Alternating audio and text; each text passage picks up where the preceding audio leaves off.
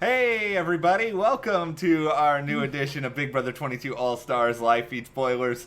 This is what happens when you need a security blanket, a coping mechanism amidst the predictability of this weekend. You need a Coco Vanderwolf in your life. She is our support dog right now. Yes, you Yeah. are giving us the support. She is here to try to distract us from the fact that the probability is very high that we are going to have a lot of sitting around and house guests deciding that they're going to be talk show hosts because it is entertaining for all of us to watch that over the next few days. It's also probably just entertaining for them because there is nothing going on, very little. Yeah. It's probably difficult for them. You know that carnival game where you take like the mallet and you hit the thing and the bar go? It's like the bar's like going all the way up here on the like stir crazy meter. They've whacked that with the mallet a few different times Yes, now. they have. Circus all season for us with the metaphors. There's so much circus we could go on. We've already gone too far with the clown car, but we will tell you some of the aftermath from the Final Four veto yesterday. And before we do, if you guys do like this video, and Coco hopes that you do, be sure to give us a like, subscribe, hit that notification bell. Yeah, that's what we call dog bribery. And also support us further. Check those links to the store as well as our Patreon. Coco wants you to subscribe to our channel, guys. There you go. That's the motto here. We've also got tonight the Lovecraft Country finale. Yes. I'm excited. I'm so excited for that. It's been a fun binge the past couple weeks. Yeah, thanks again to everyone who suggested us watching it. I know we weren't able to cover it from the very first episode because Big Brother was on the same night, but now that it's moved to Mondays, Lovecraft. It was so good, great show. Yes, we're going to have the finale video up for that tonight. So for those who did not see the announcement yesterday, who won the Final Four veto? It's Cody. Nobody should be surprised by No. this. He's really been steamrolling these competitions. No, and you know, we'll have to reiterate this probably here and there over the next few days because you will probably see us doing various degrees of just like face palms and just like because we want things to happen, but kudos to Cody for winning the comp. None of my criticism about where we are right now will have anything to do with the quality of play of Cody. It is more due to the lack of playing from everyone else on this season. Or just kind of a bit of the lack of good luck. I mean, you know, there is a little bit of luck that goes into some of these HOH comps. Some of them are kind of crapshoots, like the beer sliding or whatever, you know. But it's just the underdogs. They just didn't have a chance this season. Not one of them won any HOH. So here we are, guys. Here we are. Reality TV, it is always like a formula. There's a good bit of skill, there's a good bit of luck, there's a good bit of timing. You mix all those things together, and because this is the year where everyone has really, really bad luck, obviously, this is where we are, except for Cody. Cody's doing all right now. He's probably about to win $500,000. Yeah, he probably is. However, you know, it's not very often that you actually get the person that wins the season as the person that should win the season, sort of who played the best overall game all season. But this season, if Cody actually wins, then that will happen. He will actually have deserved to win this. I have been putting on a thinking cap, we came up with a different name already, but clearly I've already forgotten it. We have a whole hat rack of hats going on over here. I put on the thinking smock.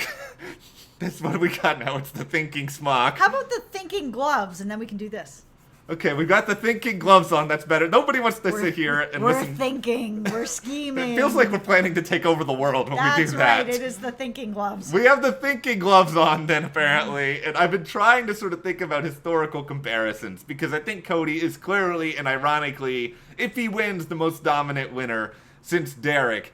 But there is an interesting sort of what if here that like what if someone actually does cut Cody, this all of a sudden turns into Big Brother 17 where Steve gets rid of Anessa and then he becomes a winner that like not a lot of people are super thrilled with, but at the same time it's like he did the right thing. He got rid of the most dominant player the entire season. Yeah, it's true. Here's the thing is that for now Cody's gonna get rid of Christmas. Yeah.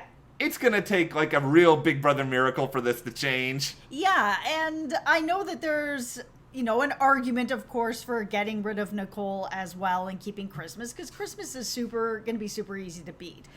The problem is if Christmas gets a little bit of luck and actually wins that final HOH, Cody is 100% not going with her, and there's a chance that Nicole will take Cody, and there is a good chance that Enzo is going to take Cody. So it doesn't really make a lot of sense, except if Cody thinks that he can beat Christmas all the way to the end. But that's taking a chance, because she has fallen into a few wins.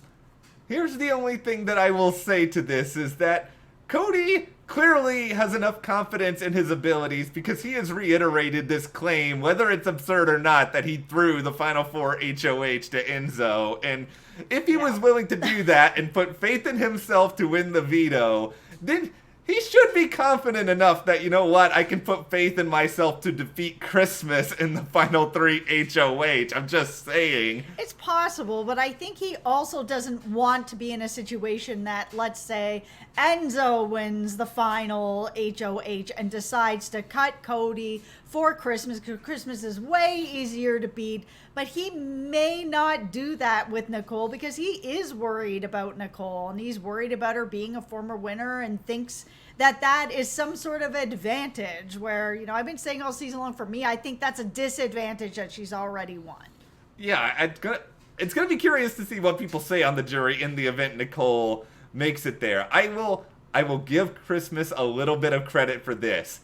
She has already done more campaigning today than she did the entirety of the last week that she was on the block. And by that, I mean that she had a conversation with Cody that maybe lasted for a few minutes.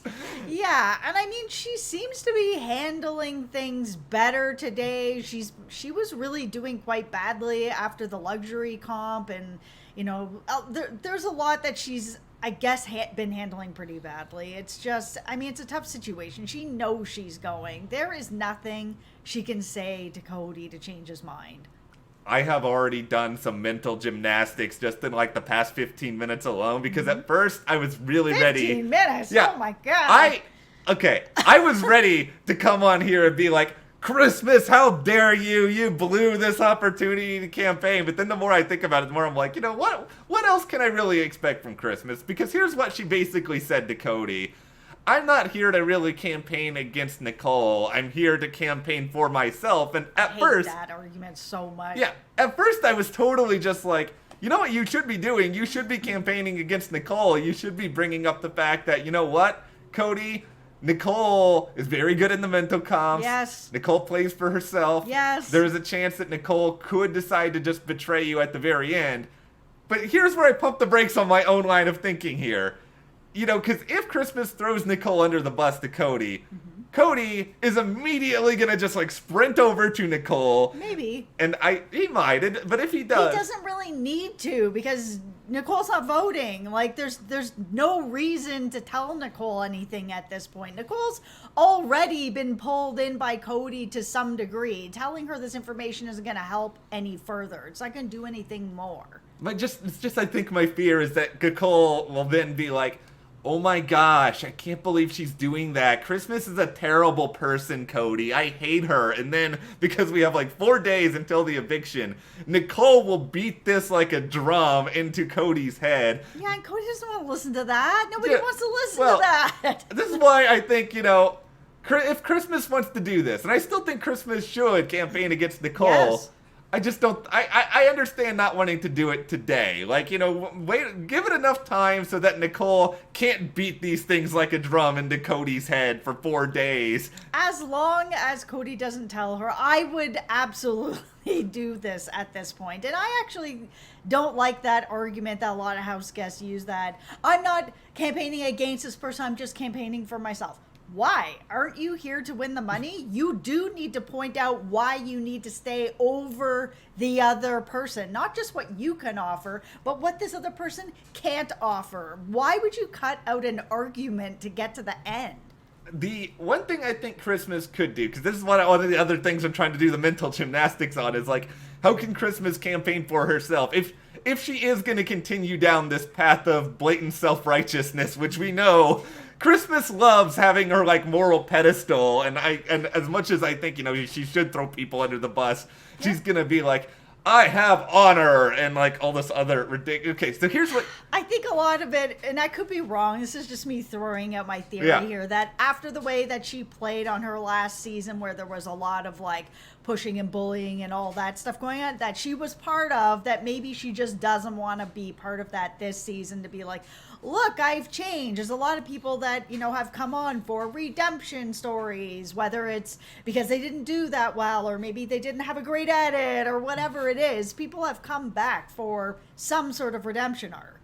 and I do think the problem for Christmas is that we on the outside have already seen how well that redemption arc has gone for Christmas. Yeah. Let's look at her HOH reign, but in Christmas's head, she probably thinks, I'm doing it. I am redeeming myself. I am the hero. And I think the thing is, here's what Christmas should do. She should, at the very least, be like, you know what, Cody? You know how much my honor means to me, and my loyalty, pun intended, means to me. So I will swear on everything I stand for that I will take you to the final two if I win the final HOH. And that puts her in a position that if she doesn't do it, she is betraying the things that matter to her the most, and she's forcing herself to go along with it if she wins. Yeah, the problem is that she can't beat Cody at the end, and she knows it. So if she makes this promise, all she's getting is second place. She could also just say this. You know what, Cody? I suck in these competitions. I'm not good. I recognize Good that luck getting her to say that. Listen, okay.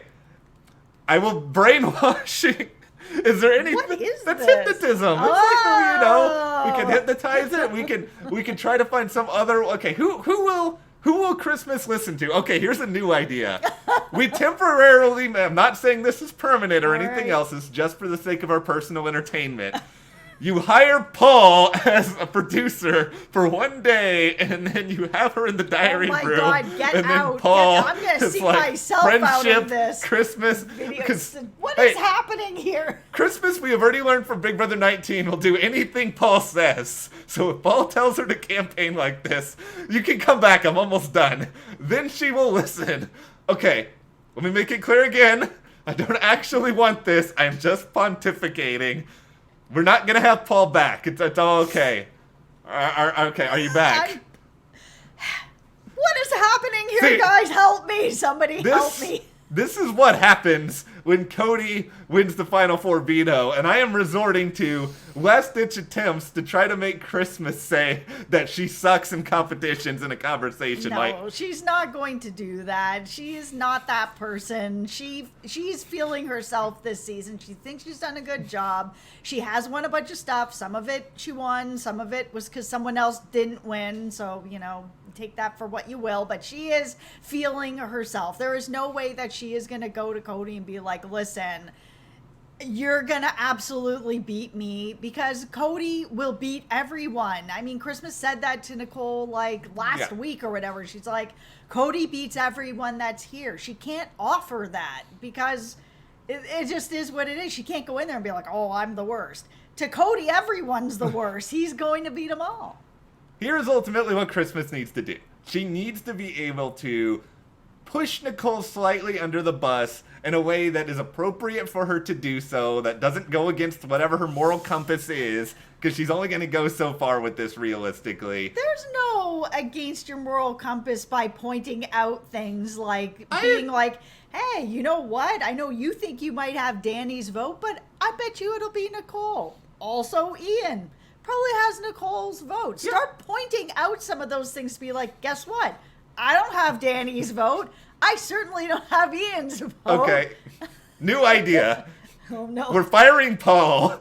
We're All going to right, hire... I'm staying in this video now. Oh, no. You're the new producer, and you're going to have to go into the diary room, because this is actually good advice. So you need to go into the diary room and tell this to Christmas, because Christmas is lost without any sort of support. Like, that is clear. I think it's just a way that she can do it without, and that doesn't throw Nicole under the bus. You're not going to Cody and saying, oh, do you know these lies that Nicole said about you or anything like that? Because that's just not going to work at this point. It's all about jury votes. So for her to kind of start to point out, Nicole might have, these 3 people or these 5 people or these whatever people. These people seem like they might be on the fence, but none of them are going to vote for me. So you might have a little bit of a Nicole might get some of your votes. Why not have a clean sweep with me?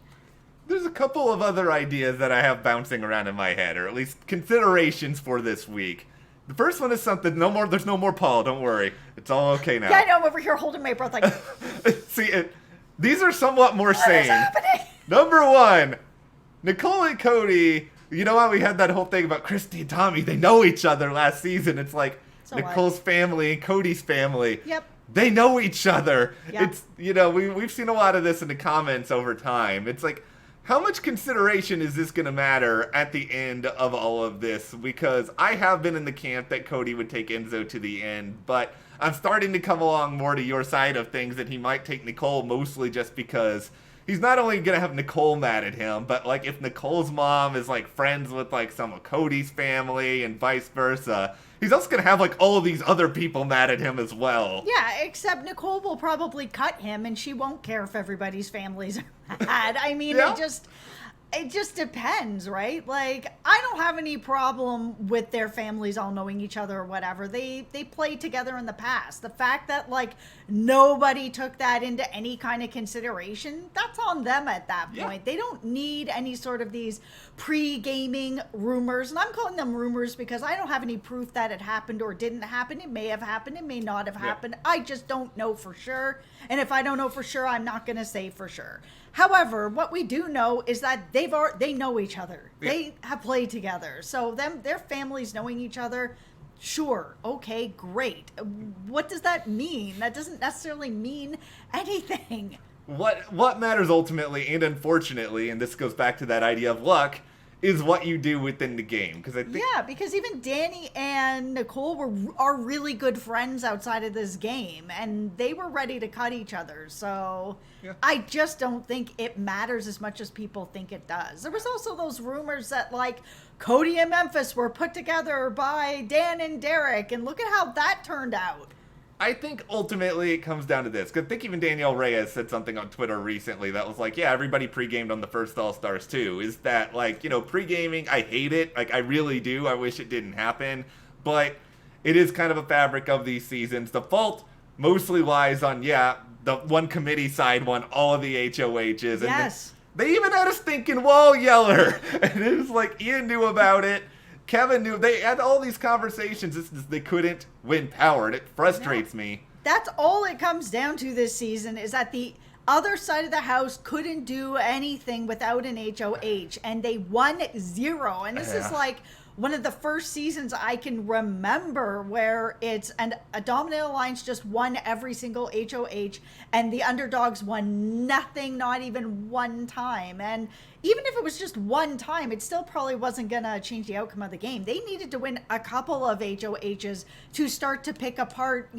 Pre-gaming only works out if they can stay in the game. Yeah, this is even worse than the Pretty Boys season of Big Brother Canada, where like those guys won almost everything, or people close to them. But let's talk Enzo for just a second here, because where Enzo stands in all of this.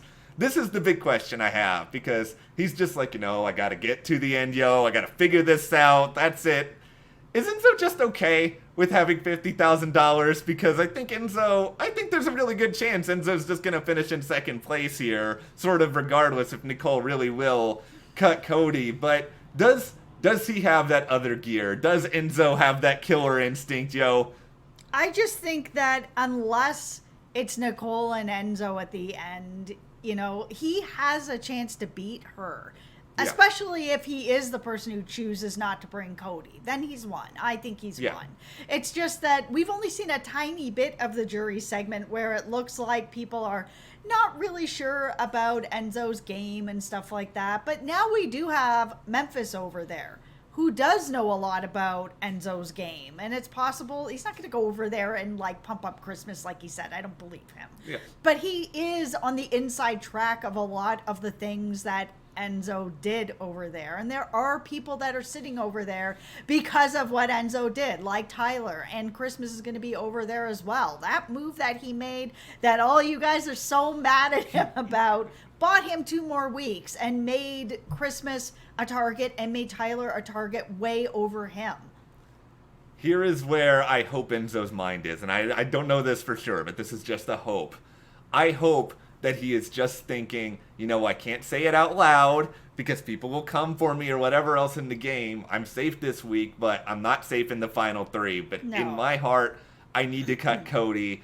Maybe he just doesn't want to say it, because if someone overhears him, then he goes from having $50,000 extra to not having $50,000 and getting cut at the final 3. Oh, I agree that. I think that if he's planning on cutting Cody, he's not going to say that out loud. We're probably not going to know about it unless he says it in the diary room. He's not going to take a chance that Cody is going to find out about that, possibly overhear it. We've had that happen in other seasons where people are talking to the camera and people are listening in. You guys all know what I'm talking about. Cliff. Yeah, so I mean, nobody's doing that this season as much. They're being a lot smarter about it, a lot quieter about it, and all that sort of stuff. I just think that Enzo will probably bring Cody to the end.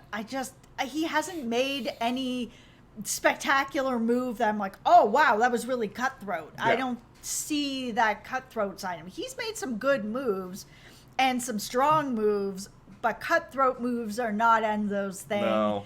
I just don't really see a path where he wins this game unless he cuts Cody and brings Nicole. And then I still think it's going to be close. I think it'll be close, but I think he will have it. But we will see exactly where it goes, Enzo. You just don't want to be third place Enzo all over again, because then, what's the point at that point? Yeah. But we'll tie this video up. But what do you guys want to see happen? Give us your Christmas campaign ideas, and who knows, maybe you can be the next imaginary producer of Big Brother. And if you guys... Why are you taking away my title already? You just gave it to me 5 minutes ago. You still have it. You still have it. I don't think anyone's... I think your idea is good. We're 21 minutes in. No one's listening to take it from me anyways, right, guys? We've already learned people are listening in. You've got it. If you guys do like this video, subscribe, give us a like, support us further. Check those links to the store or Patreon. We'll see you here next time.